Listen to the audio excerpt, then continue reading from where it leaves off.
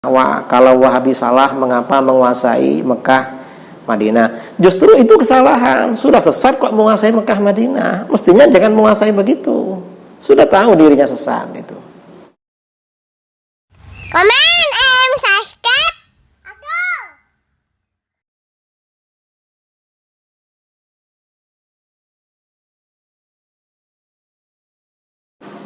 Assalamualaikum warahmatullahi wabarakatuh. Bismillahirrahmanirrahim.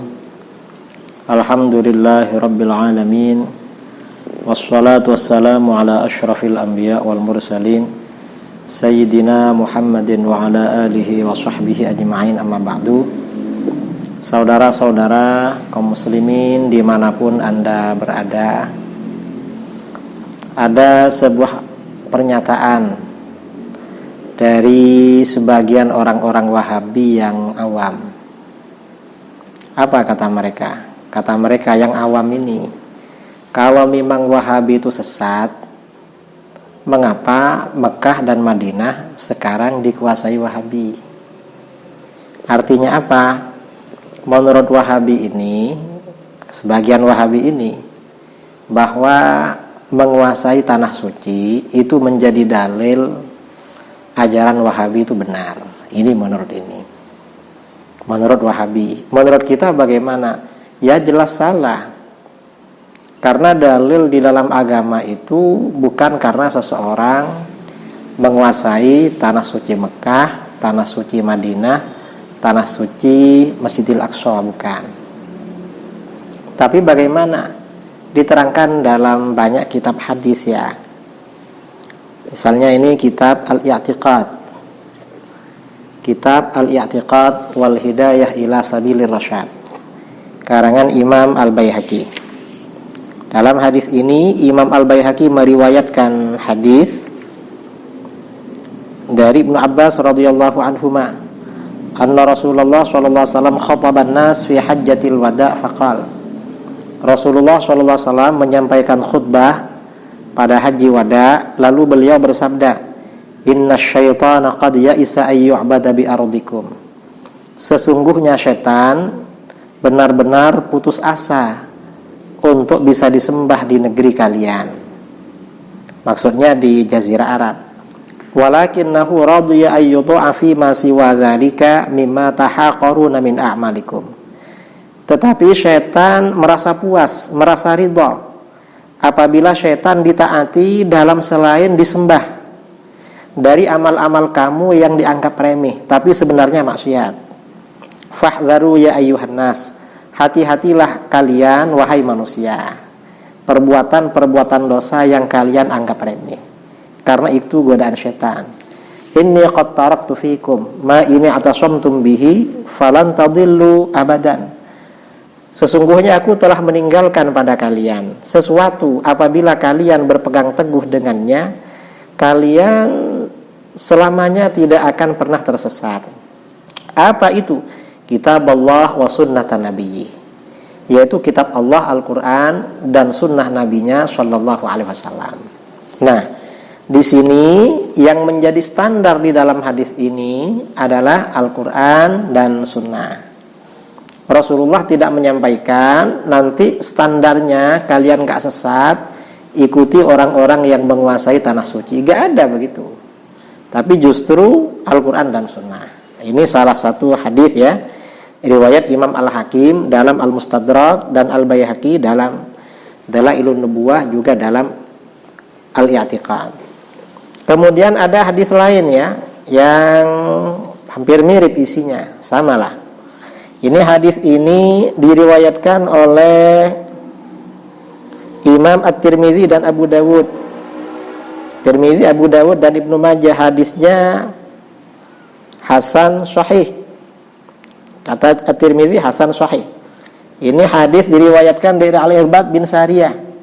Rasulullah sallallahu alaihi wasallam bersabda, "Innahu may ya'ish ba'di fasayara ikhtilafan katsira." Sesungguhnya siapa yang hidup sepeninggalku, innahu may ya'ish minkum fasayara ikhtilafan katsira. Sesungguhnya siapa yang hidup di antara kalian sesudah aku meninggal, maka akan melihat banyak perselisihan, banyak perbedaan pendapat. Kalau ada pendapat banyak berbeda-beda, maka apa yang diikuti? Rasulullah bersabda, "Fa'alaikum bisunnati wa sunnatil khulafa'ir rasyidin al-mahdiyyin."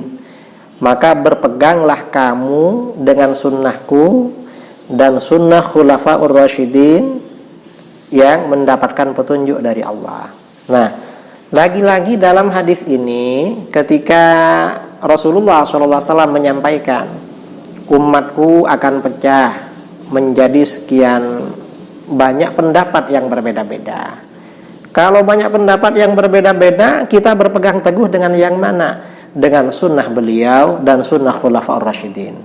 Rasulullah tidak menyampaikan kalian berpegangan pada orang-orang yang menguasai Mekah, Madinah. Enggak ada bilang begitu. Tapi sunnah Rasul dan sunnah khulafa'ur rasyidin. Kemudian juga di dalam hadis yang lain ya, ketika Rasulullah SAW menyampaikan hadis iftirak, bahwa umatnya akan terpecah belah menjadi 73 golongan. Semuanya masuk neraka illa wahidatan, kecuali satu golongan yang selamat. Siapa yang selamat? Ma ana alaihil yauma wa ashabi. Golongan yang mengikuti ajaranku pada hari ini dan mengikuti ajaran-ajaran para sahabatku. Nah, ini dikatakan yang selamat itu yang mengikuti ajaran Nabi dan para sahabat, bukan mengikuti ajaran para penguasa tanah suci, bukan. Karena penguasa tanah suci bisa berganti-ganti. Dari awal itu Ahlus Sunnah wal Jamaah. Pernah dulu orang Syiah Qaramithah atau orang kebatinan menguasai tanah suci Mekah, dan belakangan dikuasai oleh Wahabi. Jadi Wahabi ini bukan dalil menguasai tanah suci, bukan menjadi dalil kalau Wahabi itu benar. Dalam hadis lain riwayat Ibnu Majah ya, dari Anas bin Malik radhiyallahu an, ulama Wahabi mensahihkan hadis ini. Sabda Rasulullah SAW, "Inna ummati lan tajtami'a ala dhalalah." Sesungguhnya umatku tidak akan bersepakat pada kesesatan. Umat Islam itu kalau melakukan kesepakatan tidak akan tersesat. Artinya ijma itu menjadi hujjah yang qat'i, yang pasti benar, itu ijma. Kalau enggak terjadi ijma, terjadi perbedaan, maka mana yang diikuti? Fa idza ra'aitumul ikhtilaf fa'alaikum bisawadil a'zam. Kalau kalian melihat terjadinya perbedaan pendapat, ikuti golongan mayoritas. Nah, di sini kalau ada perbedaan yang diikuti golongan mayoritas, bukan golongan segelintir orang yang menguasai Mekah dan Madinah, bukan penguasa. Jadi mayoritas. Dalam hadis lain riwayat Imam Ahmad dan Abu Dawud, ketika Rasulullah SAW menyampaikan ya tentang aliran-aliran yang berpecah belah di dalam Islam, lalu bagaimana?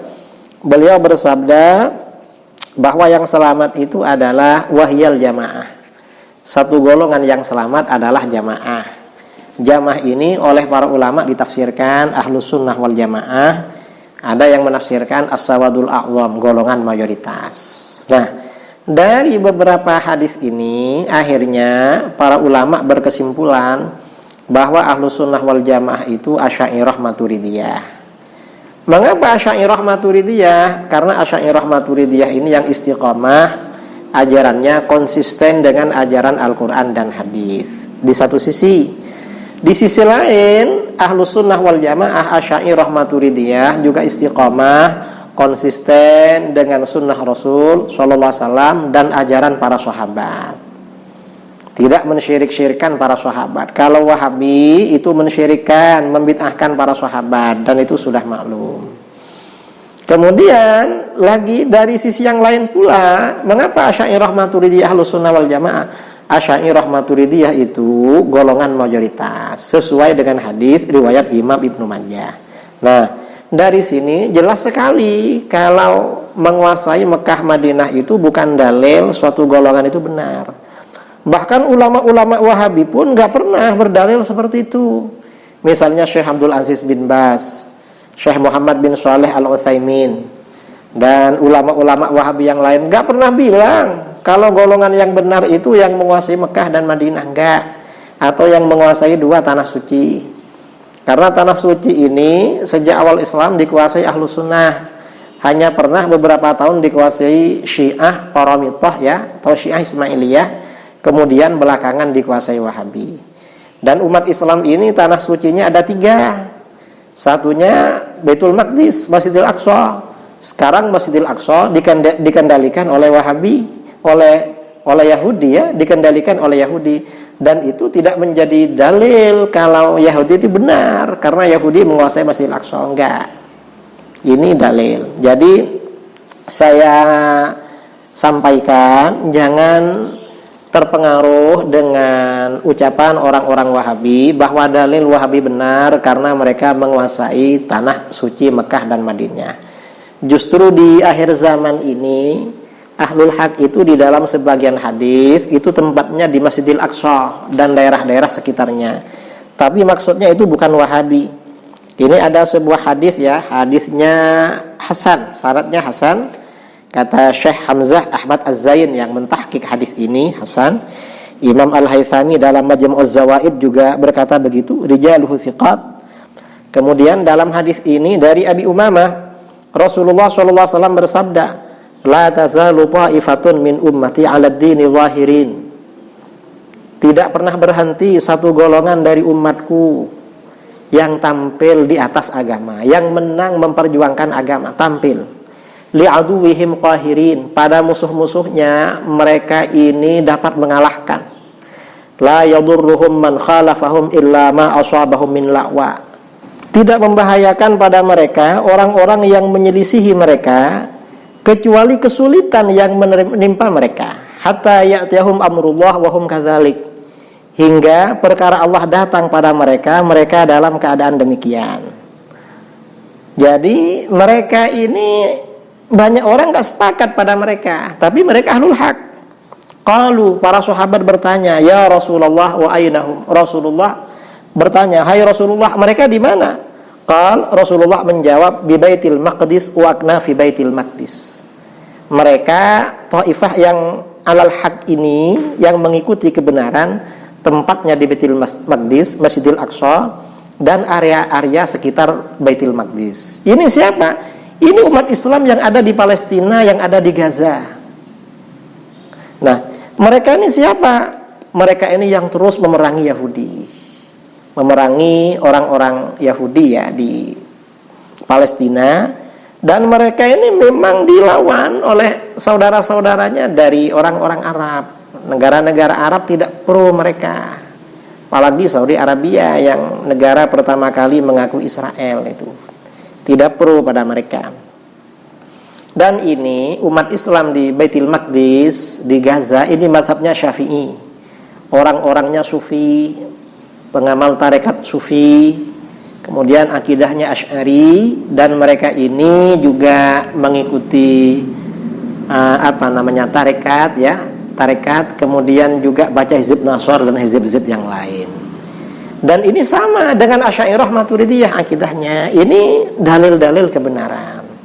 Jadi jelas sekali ya bahwa pernyataan jelas sekali, pernyataan sebagian Wahabi bahwa kalau Wahabi salah mengapa menguasai Mekah Madinah. Justru itu kesalahan. Sudah sesat kok menguasai Mekah Madinah. Mestinya jangan menguasai begitu. Sudah tahu dirinya sesat itu. Salah 2 kali. Saya kira itu, ini jawaban singkat, mudah-mudahan bermanfaat ya. Minal aidin wal faizin wal makbulin kullu am wa antum bi khair. Assalamualaikum warahmatullahi wabarakatuh.